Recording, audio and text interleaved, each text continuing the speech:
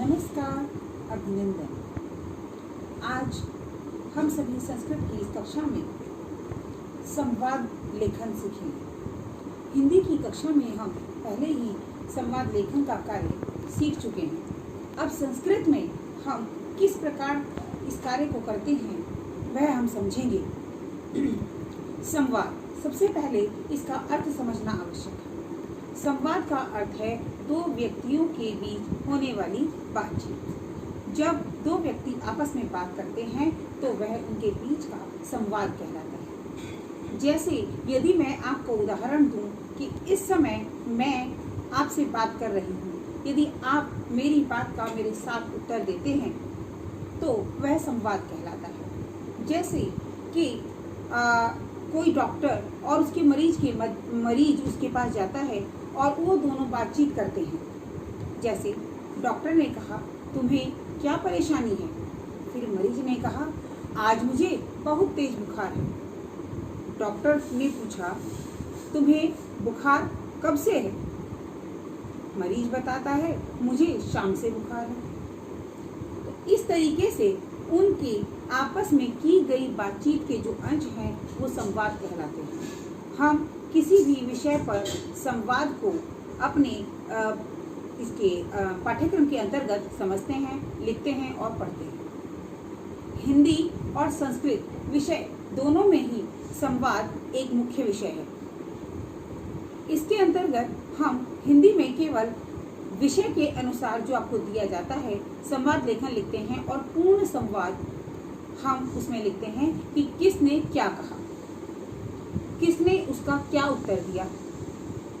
इस प्रकार हम संवाद को समझते हैं और उसको अपने उत्तर पुस्तिका में लिखकर उस कार्य को पूर्ण करते हैं। लेकिन अगर हम संस्कृत भाषा में बात करें तो आजकल, क्योंकि संस्कृत बोलचाल की भाषा नहीं है, तो आपने संस्कृत में बातचीत करते हुए किसी को नहीं सुना होगा।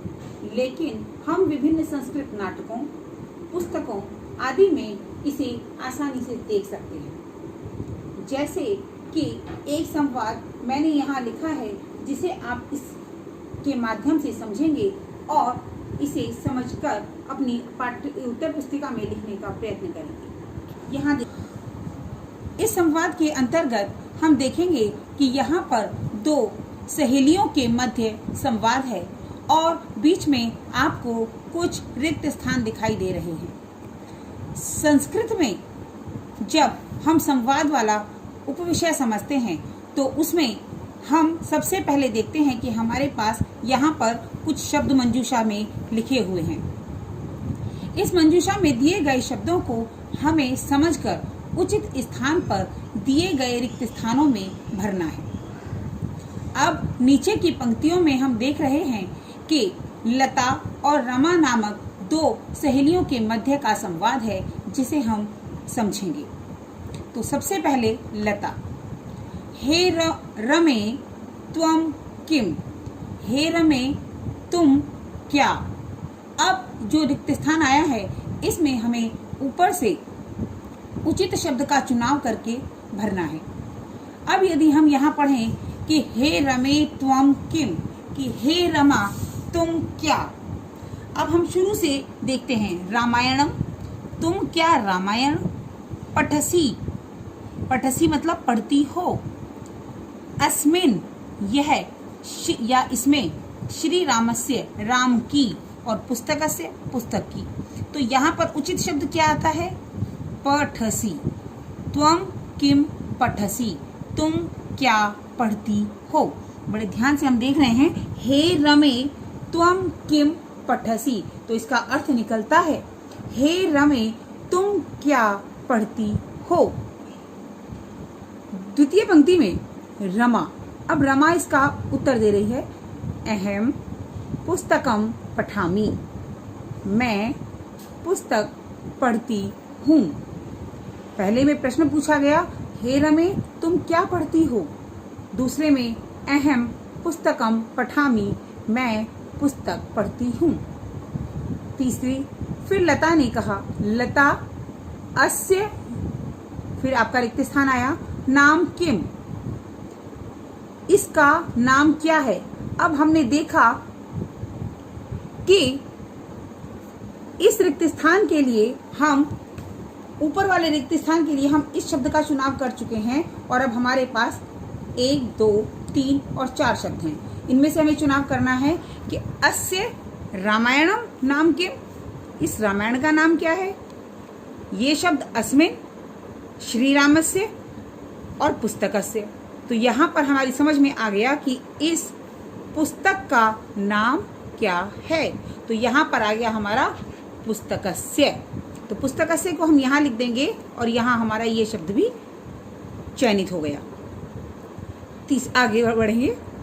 रमा अस्य पुस्तकस्य नाम रिक्त स्थान अस्ति। अब रमा ने उत्तर दिया कि इस पुस्तक का नाम, इस पुस्तक का नाम है।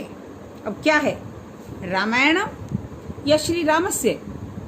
श्री रामस्य, राम की, ये तो नहीं हो सकता। तो पुस्तक का नाम क्या होगा, रामायणम, रामायणम।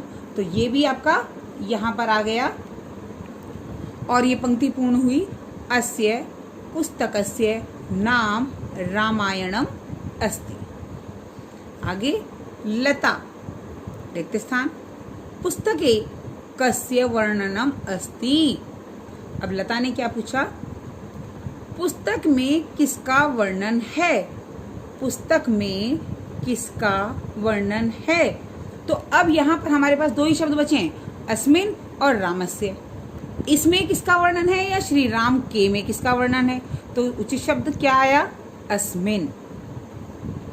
अस्मिन पुस्तके कस्य वर्णनम अस्ति। इस पुस्तक में किसका वर्णन है, इस पुस्तक में किसका वर्णन है। रमा अस्मिन पुस्तके रिक्त स्थान वर्णनम अस्ति। इस पुस्तक में का वर्णन है। अब इसके लिए हमारे पास केवल एक ही शब्द बचा है, वह है श्री रामस्य।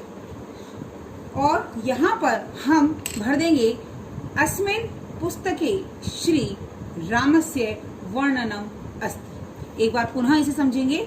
इसका अर्थ, लता हे रमे त्वं किम पठसि। लता हे रमे तुम क्या पढ़ती हो। रमा अहम पुस्तकम पठामि, मैं पुस्तक पढ़ती हूँ। लता अस्य पुस्तकस्य नाम किम, इस पुस्तक का क्या नाम है। अस्य पुस्तकस्य नाम रामायणम अस्ति। इस पुस्तक का नाम रामायण है। लता क्या कहती है, अस्मिन पुस्तके कस्य वर्णनम अस्ति। इस पुस्तक में किसका वर्णन है। रमा अस्मिन पुस्तके श्री रामस्य वर्णनम अस्ति। इस पुस्तक में श्री राम का वर्णन है। इस प्रकार हम संवाद पूर्ण करते हैं। संस्कृत में आपसे मंजूषा देकर ही संवाद संबंधित प्रश्न पूछे जाएंगे और ये प्रश्न आपके 5 नंबर का में होंगे, यानी कि आपके पास 5 ऑप्शन होंगे जो आपको अपने संवाद की आवश्यकता अनुसार चयनित कर वहां लिखने होंगे। प्रत्येक शब्द 1 नंबर का होगा।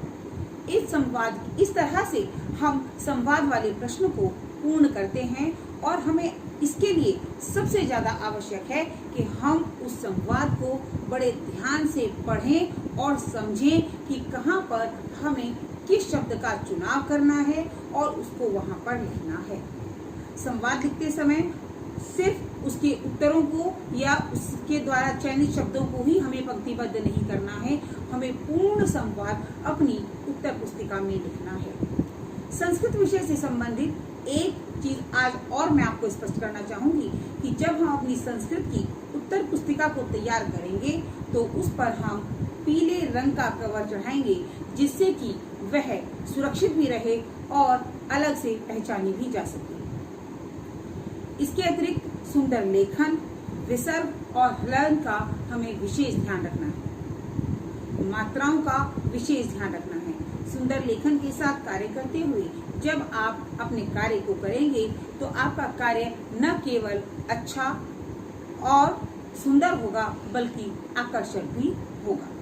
संवाद लेखन आपके हिंदी पाठ्यक्रम के अंतर्गत भी आते हैं और हमें इस संवाद के द्वारा एक संवाद स्वयं भी हम लिखकर देखें कि हम इस प्रकार संवाद लिख सकते हैं अथवा नहीं।